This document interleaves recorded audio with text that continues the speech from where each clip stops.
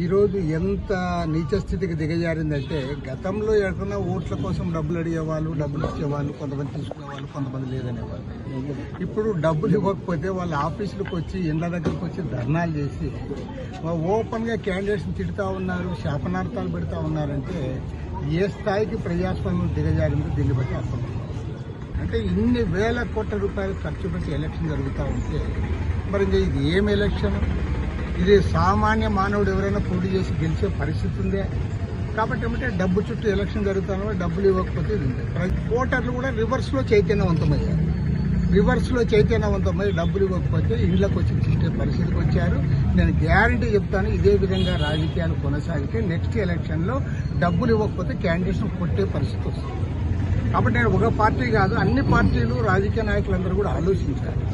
మనం ప్రపంచంలోనే అతిపెద్ద ప్రజాస్వామ్యము, విశ్వగురువు అని ఏవేవో పెద్ద పెద్ద మాటలు చెప్తే మరి దేశంలో ప్రజాస్వామ్యం ఎక్కడుంది? ధనస్వామ్యం నడుస్తూ ఉంది. పూర్తి డబ్బు చుట్టూ రాజకీయాలు నడుస్తూ ఉన్నాయి.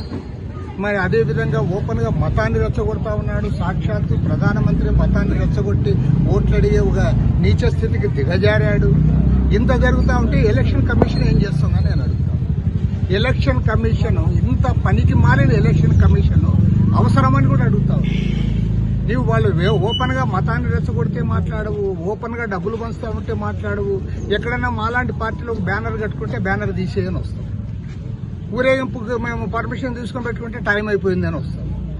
దానికి ఎలక్షన్ కమిషన్, పోలీసులు అవసరమని అడుగుతా ఉన్నా. మీరు కూడా దీంట్లో వాటా పొందుతా ఉన్నారు. ఈ డబ్బు పంపిణీలో 10,000 కోట్ల రూపాయలు పంచుతా ఉంటే మీరే గాడులు కాస్తా ఉన్నారని అడుగుతా ఉన్నా. ఎలక్షన్ పూర్తిగా ఫెయిల్యూర్ అయిపోయింది.